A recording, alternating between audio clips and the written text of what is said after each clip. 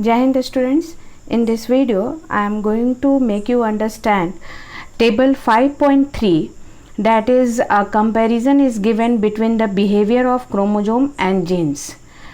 Previously I have already made many videos and I have completed this chapter in form of videos, chapter 5 of class 12, and completely followed NCERT book previous year also. But in this video I am adding a little bit more technique or to make you understand better. I am using some paperwork to make you understand the better condition of what is chromosome and what is gene. क्योंकि ये ऐसी topic है कि बच्चे हमेशा इसके physical appearance को और फिजिकल बिहेवियर को जल्दी समझ नहीं पाते हैं.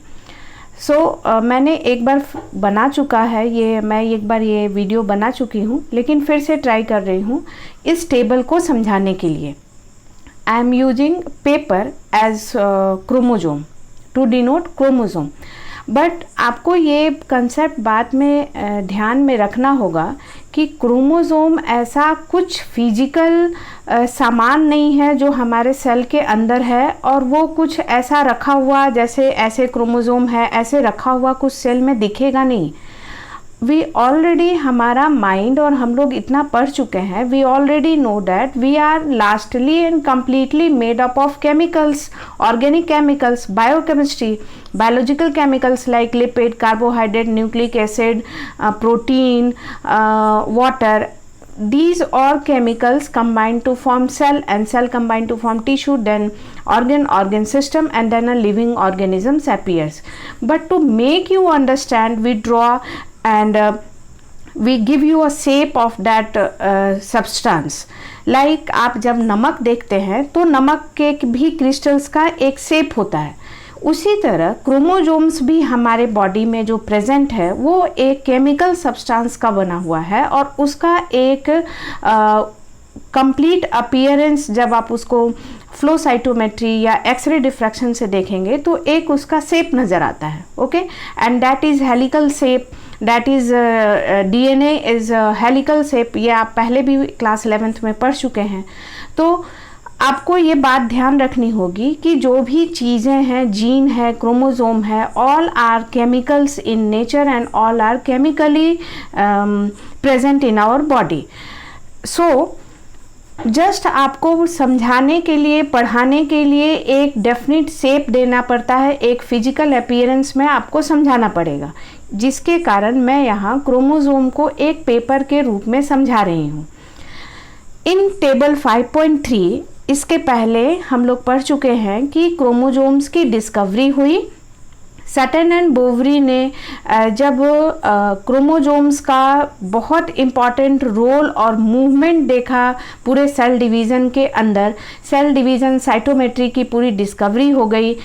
हम लोग माइक्रोस्कोप के इन्वेंशन के कारण, इलेक्ट्रॉन माइक्रोस्कोप के यूज़ होने के कारण क्रोमोजोम्स का मूवमेंट देखा, उसका रोल देखा कि वो जब सेल डिवाइड कर रहा है तो क्रोमोजोम्स कैसे अपने अमाउंट को डबल कर रहा है, फिर वही क्रोमोजोम ऑफस्प्रिंग में जा रहा है, वही क्रोमोजोम गैमेट्स में हाफ होकर जा रहे हैं, फिर गैमेट मिलकर और एक ऑफस्प्रिंग को बना रहा है. So it was decided the first concept of chromosomal theory of inheritance was given by Sutton and Boveri due to the important or vital role of chromosomes that was proved by the technique advancement and by the complete knowledge of cell division. So in previous diagram, that is this diagram, in this diagram it is taught the role of chromosome and the movement of chromosomes is described in during the process of meiosis.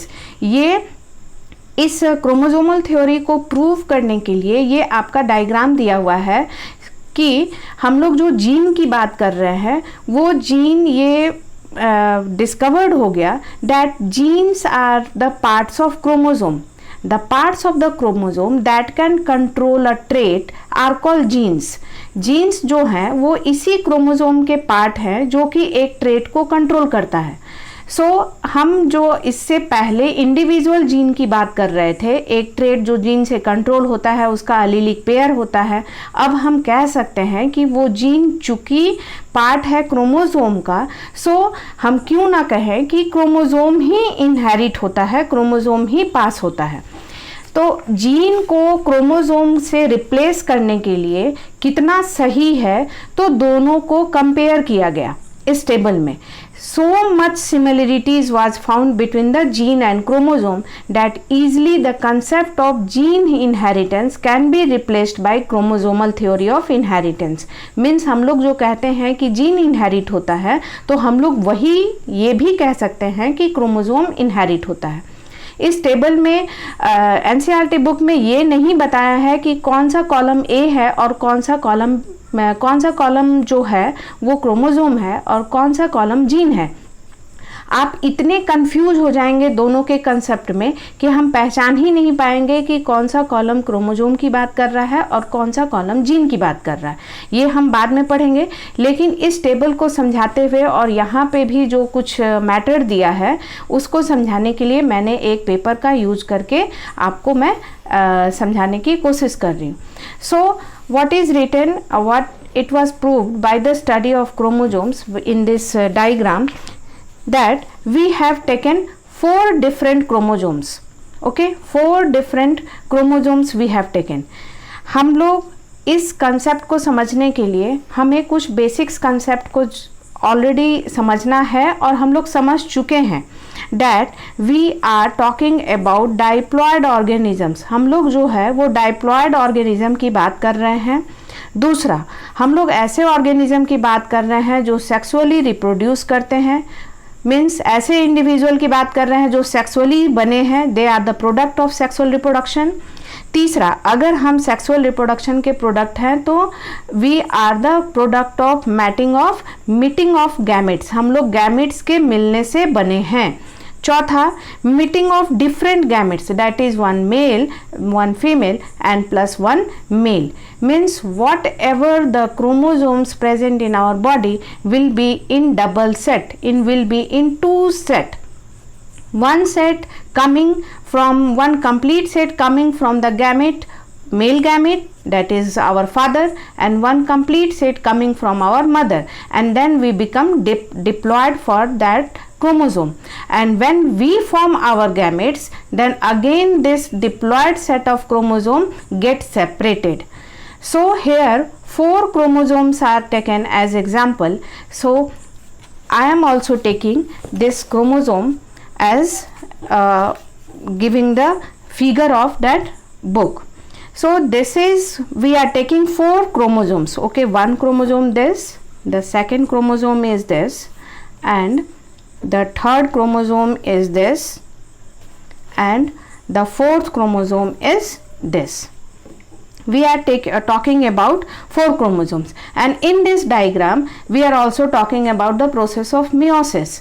तो हम जान रहे हैं कि हम लोग diploid है और मियोसिस प्रोसेस को फॉलो कर रहे हैं। उस मियोसिस में देयर इज अ स्टेज जहाँ पे होमोलोगस क्रोमोसोम की पेयरिंग होती है।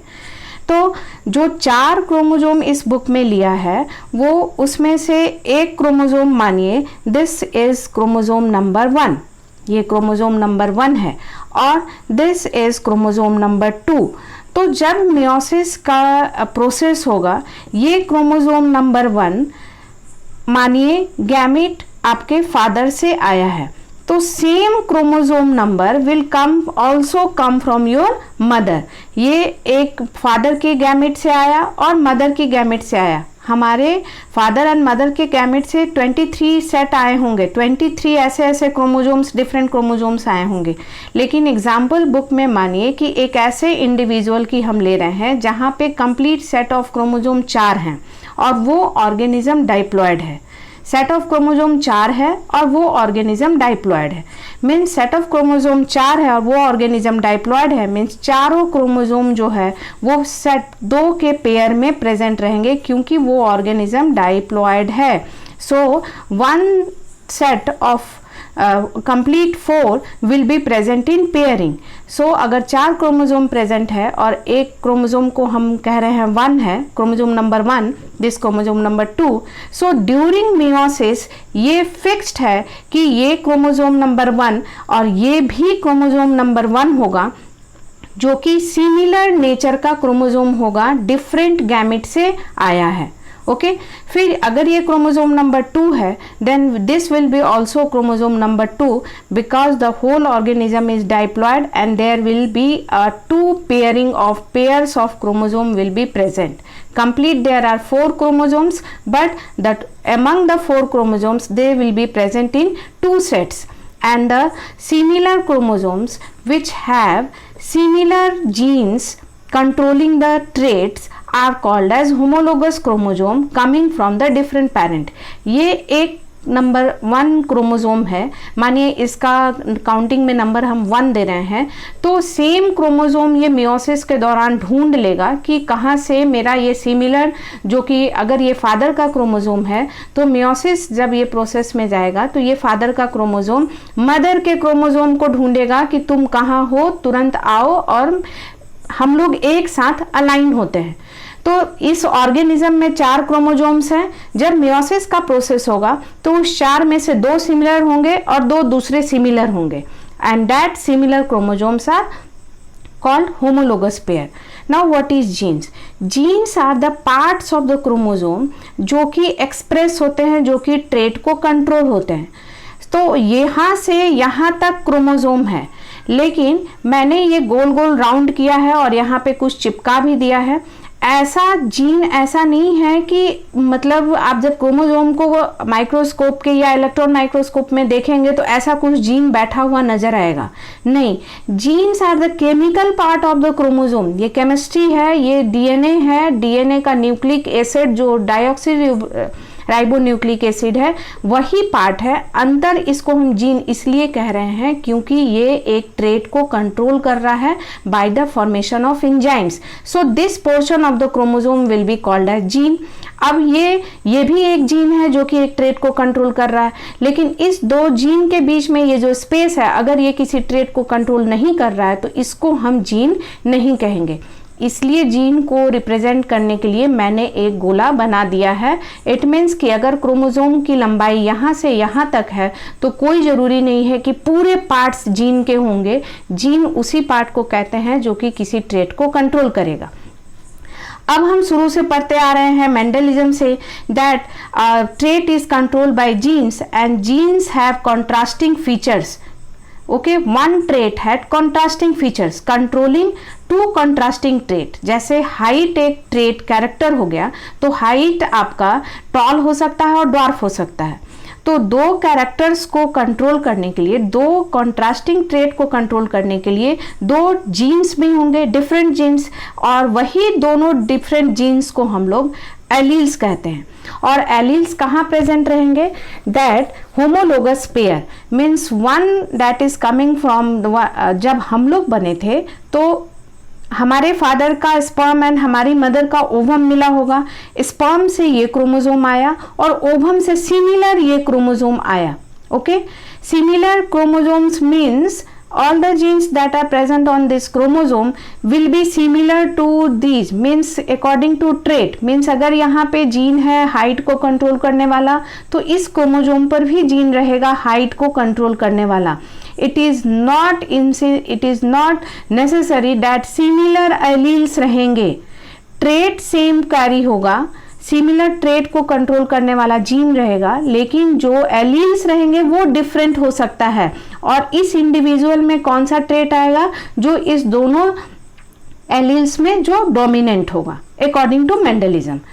सो how easy to say that genes can be replaced as chromosome? Yes, because genes आखिर हैं कहाँ? क्रोमोजोम्स पे है, और क्रोमोजोम्स के पार्ट हैं जीन. तो अभी पहले तक हम लोग जो जीन कह रहे थे, अब कहेंगे कि क्रोमोजोम है. So this is a chromosome. Homologous pair of chromosomes means carrying the similar gene which will control the same trait as this chromosome and this chromosome. This is coming from father and this is coming from female mother. Okay, so here two pairs of homologous chromosome are there, and these are the condition of genes. Genes are present also in an individual. An individual is diploid, so genes are also present in pair. These pair are called allele, and alleles are always situated face to face, not adjacent to each other. अगर ये height का है allele तो homologous pairs पे एक pair पे एक अलील होगा, एक क्रोमोसोम पे एक अलील होगा, और दूसरा अलील जो उसका होमोलोगस पेयर होगा वहाँ होगा, इसके जस्ट बगल में नहीं होगा, क्योंकि यहाँ पे ये जो सेट है ये वन सेट है और एक सेट में एक ट्रेट का एक ही अलील प्रेजेंट रहता है. दूसरा अलील जो वो इंडिविजुअल डिप्लॉयड इंडिविजुअल गेन करेगा वो अपने दूसरे सेट दूसरे गैमेट से आएगा उसमें, और ये दोनों जब मिलेंगे तो जाइगोट बनेगा और फिर ये डाइप्लॉयड हो गया और ये इंडिविजुअल बनेगा. So alleles are always present at the facing each other, not adjacent to each other. So here one gene is present, here second gene controlling different trait like color, here height, here color. उसी तरह यहाँ different types of genes present हैं controlling the different traits, और same उसके allelic contrasting pairs उसके दूसरे वाले chromosome पे present है. So these chromosomes will be called as homologous coming from the different gametes, male and female gamete. Okay तो यहाँ पे ऐसा इंडिविजुअल है जिसमें 4 क्रोमोसोम है तो 2 की पेयरिंग हो जाएगी, ये इसका होमोलोगस, ये इसका homologous. So now compare the table. In one it is written that occurs in pair. For example, we are imagining that A is chromosome, column A that is given in your NCERT book is chromosome, and what is given in B is gene. So occurs in pair, yes it is right that chromosome occurs in pair. If the organism is diploid then the chromosome will occur in pair, and of course we are talking about diploid organism, so it occurs in pair. B occurs in pair, yes the gene also occurs in pair, and the pairing of gene, the pair form of gene is called allele. So one trait can be present in a contrasting feature, means height can be present in a 2 contrasting feature according to Mendelism. So height can be tall or dwarf, and so the 2 tall and dwarf will be controlled by different alleles, and if even the tallness will be also present in this individual, then also it will be controlled by 2 alleles. Similar allele will be present on the 2 chromosomes, and if it is dwarf then small t will be present, and if it will be hybrid then big T and a small t will be present. Now segregate at the time of gamete formation. So, अब क्या होगा, इसकी जब मानो ये individual है और ये अपना गैमेट बना रहा है, अब जब ये अपना गैमेट बनाएगा तो क्या होगा, ये एक सेट जो है ये एक गैमेट में जाएगा और ये दूसरा सेट दूसरे गैमेट में जाएगा.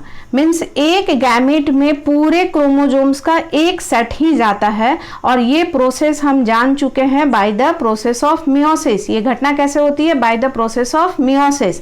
मियोसिस होने से पहले क्या होगा, इस क्रोमोसोम का अमाउंट की डबलिंग होगी, ये क्रोमोसोम जो है अपने अमाउंट को डबल कर लेगा सिमिलर, और इस सिमिलर जब ये अमाउंट को डबल कर लेगा और यहाँ पे ये बंध जाएगा सेंट्रोमियर से काइनेटोकोर से, this will become the sister chromatids, and this will also become the sister chromatids. उसी तरह यहाँ भी इस क्रोमोसोम का जो अमाउंट है ये भी डबल होगा, क्योंकि अब इसको डिवाइड होके सेल्स में जाना है. तो ये डिवाइड, अगर ये अमाउंट को डबल नहीं करेगा तो फिर सेल्स में कैसे जाएगा. सो ये अपने अमाउंट को डबल किया, जैसा आपके बुक में डायग्राम दिया हुआ है. अमाउंट को डबल करने के बाद एक जो ये सिस्टर क्रोमेटिड्स, ये दोनों सिस्टर क्रोमेटिड्स, इसके ये दोनों सिस्टर क्रोमेटिड्स, ये sister chromatids, and these are called as non sister chromatids. और मियोसिस में फिर इस तरह यहाँ पे क्रॉसिंग ओवर होगी, जो कि इस टॉपिक में इस बात को नहीं बताया है क्योंकि वो मियोसिस के प्रोसेस में हमें जानना है.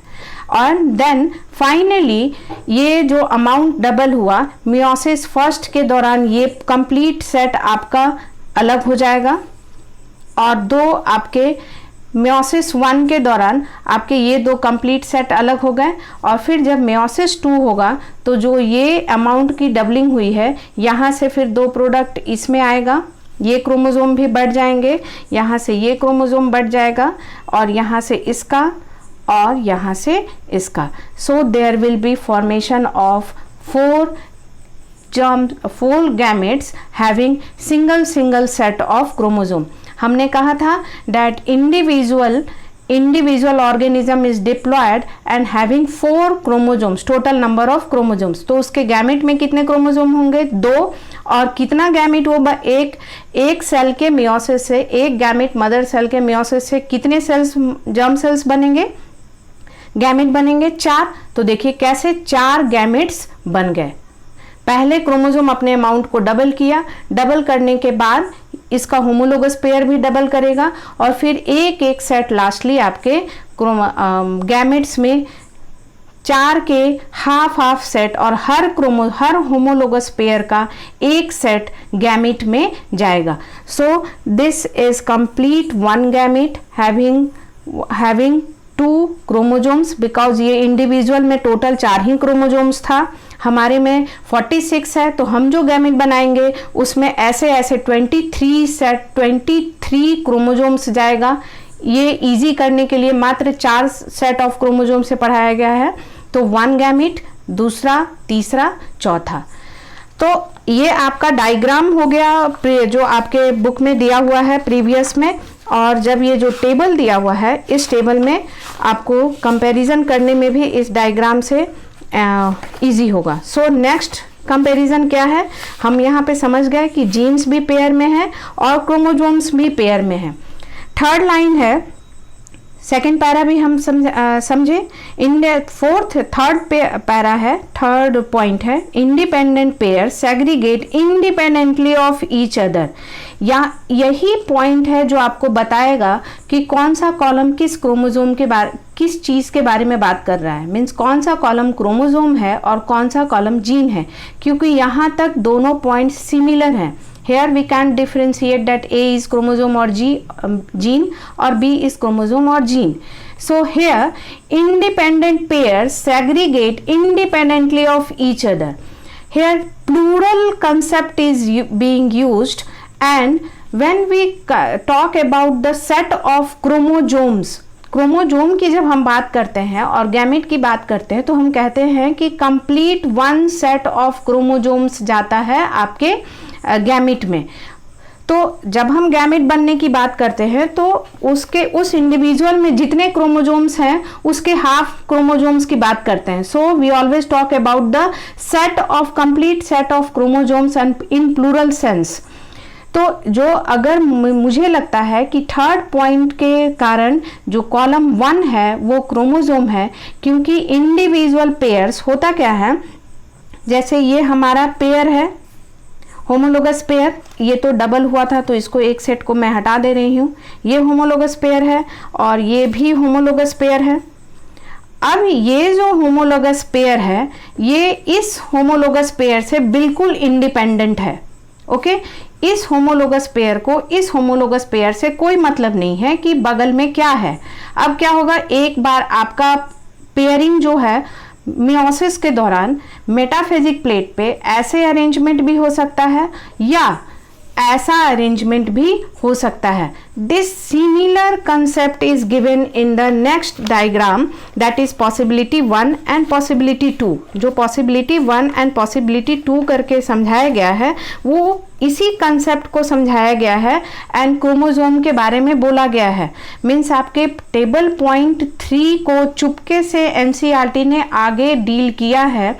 So this proves that A is chromosome and B is genes. आपका जो एनसीईआरटी में एक लाइन है that the 2 chromosomes pair can align at metaphase plate independently of each other, that is tallying with this line, that two homologous pair, this pair and this pair, and अगर ये 23 pairs होते हैं, like हम human being की बात करते हैं, तो all the individual pairs align at the metaphase plate independent of the each other.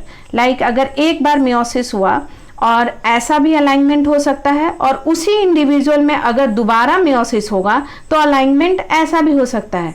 ये होमोलोगस पेयर इसको बिल्कुल नहीं कहेगा कि पिछली बार तुम ऊपर थे, ये नीचे था, तुम अब ऐसा क्यों हो गए। इसको इससे बिल्कुल कोई मतलब नहीं है। So we are talking about individual all set of pairs.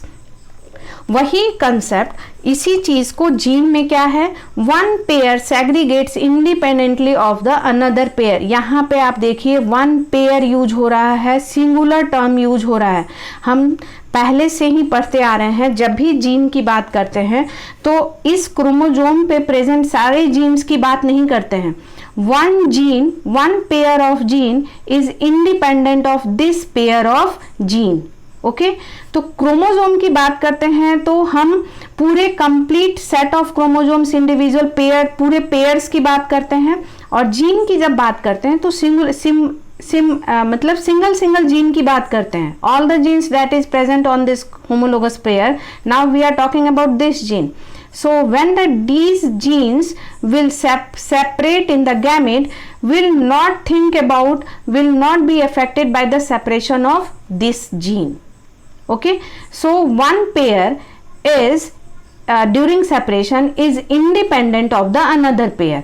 This pair will be independent of this pair. Singular term is being used because while talking the gene, we talk about the single allelic pair, not all the pairs we are talking about that is pair present on this chromosome.